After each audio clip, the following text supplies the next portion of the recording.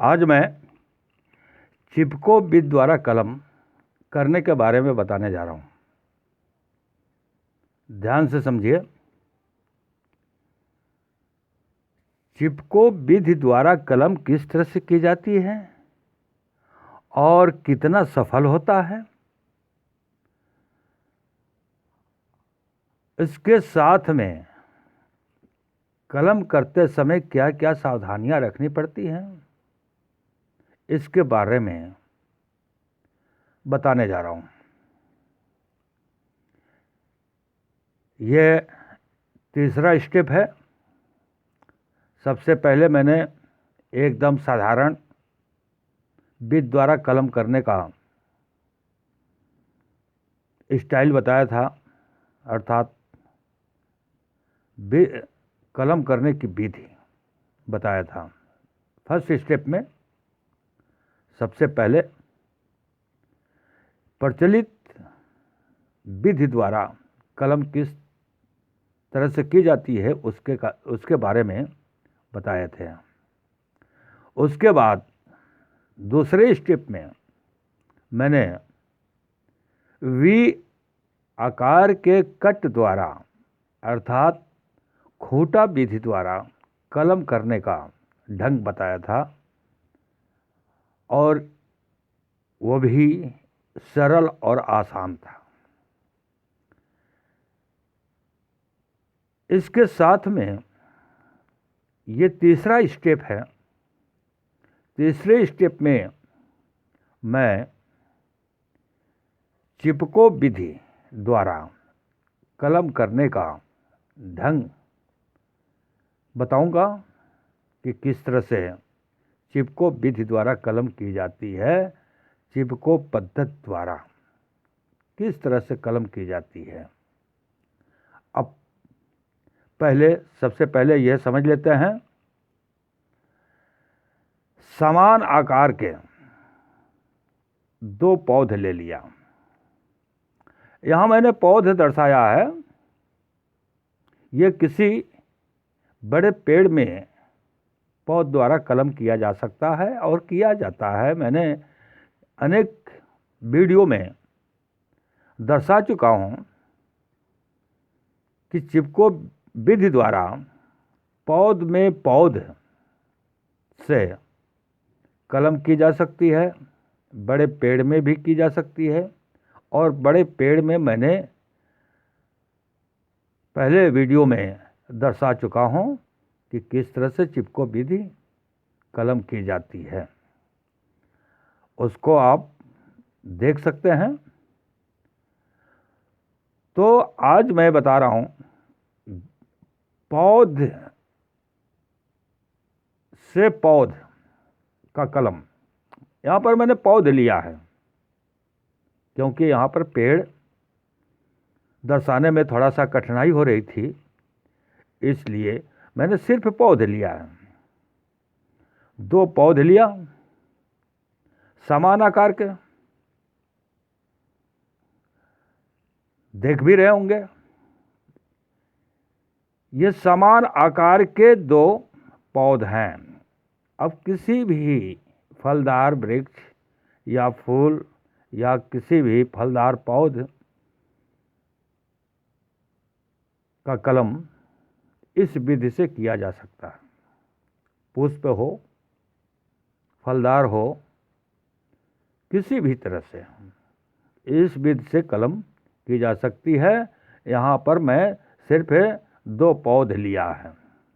समान आकार के दो पौध हैं हमारे पास। अब इसमें समझ गए होंगे दो पौध समान आकार के हैं। अब दूसरा स्टेप लेता हूं। यहाँ पर दूसरा स्टेप लेता हूं। यह हमारा पौध है, देख रहे होंगे। यह हमारा पौध है, इसमें पत्तियां खिली हुई हैं। यहां पर मैंने एक हल्का कट लगा दिया है, दर्शा भी दिया है। यह हल्का कट लगा दिया है। प्रैक्टिकल रूप से जब कलम करेंगे तो इस कट के बराबर करेंगे, यानी कट लगाएंगे। इसको कलम नुमा काट करके ऊपरी सिरा मैंने हटा दिया। कलम नुमा काट करके जिस तरह से पेंसिल कटा हुआ है, ठीक उसी तरह से कलम नुमा इसको काट करके इस पौध के ऊपरी सिरा को हटा दिया। अब दिखाई दे रहा होगा यह कलम के आकार में कट लगा है। यहाँ पर मैंने हाफ कट लगा दिया है। यहाँ पर हाफ कट लगा दिया, दिखाई दे रहा होगा। अब ये सोच रहे होंगे कि इसमें सिरा नहीं है और इनमें नीचे पत्तियां नहीं हैं। ये पत्तियां क्यों नहीं? इसलिए नहीं है कि ये कलम करते समय पत्तियां हमको डिस्टर्ब करती, परेशान करती। कलम करते समय हमारे सामने अनेक दिक्कतें आती, इसलिए इन पत्तियों को तोड़कर या काट कर हटा लिया। यह हट गया, ठीक। ये पत्तियों को हटा लिया, ठीक है। अब आगे ये समान आकार का दूसरा पौधा है, ठीक इसके समान आकार का ये दूसरा पौधा है। इसके ऊपरी सिरे को, यहाँ देखिए लिखा है कट, इसके ऊपरी सिरे को काट करके हटा दिया, यानी निकाल दिया। अब ये कट लग गया कलम नुमा। कलम की तरह यह कट लग गया। ये एकदम बिल्कुल कलम की तरह मालूम दे रहा है। अब इसको काट करके ऊपरी सिरे को हटा लिया मैंने। अब यह हमारा दूसरा स्टेप क्लियर हो गया, यानी स्पष्ट हो गया। दूसरा स्टेप हमारा यह स्पष्ट हो गया। अब तीसरा स्टेप, इसी में तीसरा स्टेप। अब समझिए इसको कैसे बांधा गया। अब यहाँ कट लगा है, इसको काट दिया ऊपरी सिरे को। अब दोनों को खींच करके आपस में मिला दिया। यहाँ तक क्लियर हो गया होगा, स्पष्ट हो गया होगा। इन दोनों को, ये कट लगा है और ये कट लगा है, दोनों को खींच करके आपस में मिला दिया। अब ये दोनों आपस में मिल चुके हैं। अब ये दोनों आपस में मिल चुके हैं, दोनों को आपस में मिला दिया। इनमें ये कलियां, यानी ये किसले कोमल पत्तियां निकली हुई हैं, ये है। इनको नहीं हटाया। क्यों नहीं हटाया? क्योंकि ये ऊपर थी। इनको इसलिए नहीं हटाया कि ये हमें डिस्टर्ब नहीं करती, हमें परेशान नहीं करती, हमें किसी प्रकार से कलम करने में, कलम बांधने में कोई दिक्कत नहीं पड़ती, कोई परेशानी नहीं होती। इसलिए इन पत्तियों को तोड़ करके, काट करके नहीं हटाया, इनको छोड़ दिया। अब इसके बाद यहाँ कट लगा हुआ था, इसको काट दिया था। इस फिगर को देखिए, इस दृश्य को, इस चित्र को देखिए, समझ में आ जाएगा। यहाँ इसमें कट लगा था, इसको काट दिया था, और काटने के बाद दोनों को खींच करके आपस में मिला दिया, यानी चिपका दिया। और चिपकाने के बाद मैंने उसको क्या किया, सुतली से बांध दिया, कुछ नहीं किया। यहाँ बांधने का कम से कम 2 विधियां हैं, एक सुतली से या दूसरी विधि टेप से। मैंने इसमें कुछ नहीं किया, सिर्फ इन दोनों को आपस में मिला करके, चिपका करके, सटा करके इन दोनों को बांध दिया। अब इन दोनों को सुतली से बांधने के बाद ये आपस में मिल गए। अब हमारा यह कलम भी पकड़ लिया। कलम पकड़ने के बाद अब इनकी कटिंग कर देंगे। कटिंग भी करते समय ध्यान देने की बात होती है कि किसको काटें, किसको छोड़ें। उस समय ध्यान देना पड़ता है कि किसको काटा जाए और किसको छोड़ा जाए। ये पहले के वीडियो में मैं दर्शा चुका हूं। मैं प्रैक्टिकल रूप से जब कलम बांधा, आम के पेड़ में पौध से जब कलम किया है, उसको जब बांधा, उस समय मैंने इसको समझाया है, विधिवत समझाया है।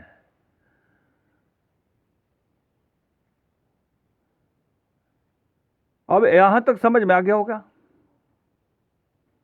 यह हमारा कलम बंध गया, तैयार हो गया। इसमें कोमल पत्तियां निकल आई, किसले निकल आए। ये पत्तियां जो पहले के निकली हुई थी वो खराब भी नहीं हुई, ये पत्तियां चलती रही, नई पत्ती भी निकल आई। अब चौथा स्टेप समझिए। इसमें चौथा स्टेप, इसलिए मैं दोहरा रहा हूं, इसमें चौथा स्टेप।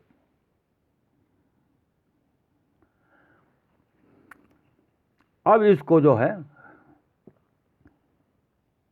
अब देखिए कटिंग किस तरह से किया गया। थोड़ा यहां उल्टा आपको समझ में आ रहा होगा, उल्टा दिखाई दे रहा होगा। फिगर बनाते हुए, दृश्य बनाते हुए, चित्र बनाते हुए थोड़ा सा मैंने भी हल्का सा मिस्टेक कर दिया। इसको इधर रखना चाहिए, लेकिन मैंने इधर ही रख दिया। अब इसमें देखिए, मैंने इस चित्र में देखिए, मैंने इस तने को काटा है, इस तने को यहां से काट दिया है और ये हो गया सीधा। अगर थोड़ा टेढ़ा तिरछा होता भी है तो उससे क्या फर्क पड़ता है। चित्र में मैंने सीधा दिखाया है। अब यहां पर इसके तने को काट दिया, क्योंकि इसके तने को इस पौध में कलम करने के लिए, कलम तैयार करने के लिए बांधा है। ये तो पहले से ही कटा था, तो इसलिए इसको यहाँ से नीचे नहीं, इसको नहीं काटेंगे। ये जो हमारा पौधा है इसको काटेंगे, इसको काटेंगे, न कि इसको काटेंगे। तो इसलिए मैंने इसको यहाँ से काट दिया। अब ये हमारा पौधा बरकरार रह गया। अब ये तना हमारा बरकरार रह गया, ये तना हमारा सुरक्षित रह गया। जो ये तना था ये सुरक्षित रह गया, इसमें कलम हमारा तैयार हो गया। कलम बिल्कुल कंप्लीट हो गया, इसमें कोई गुंजाइश नहीं, खराब होने का कोई उम्मीद नहीं। एकदम स्पष्ट तौर से हमारा ये कलम तैयार हो गया। अब इसको हम कहीं भी सुरक्षित स्थान पर लगा सकते हैं। अब तो समझ में आ गया होगा। अब दोबारा समझाने की कोई आवश्यकता नहीं, क्योंकि मैं बिल्कुल स्लो समझाया है और एक एक चीज अलग करके समझाया है, ताकि आप लोगों को आसानी से समझ में आ जाए। इसलिए समझाने में थोड़ा टाइम लगता है। समझाने में थोड़ा टाइम लगता है क्योंकि समझाने पर अगर समझ में आ गया दर्शकों को तो समझिए कि मेरा वीडियो, मेरा मेहनत करना या मेरा वीडियो सफल हो गया। इसलिए मैं धीरे धीरे रुक रुक करके समझाते हैं ताकि आप सभी को समझ में आ जाए। इस तरह से मेरा कलम तैयार हो गया। अब आप सभी को मेरे तरफ से शुक्रिया अदा।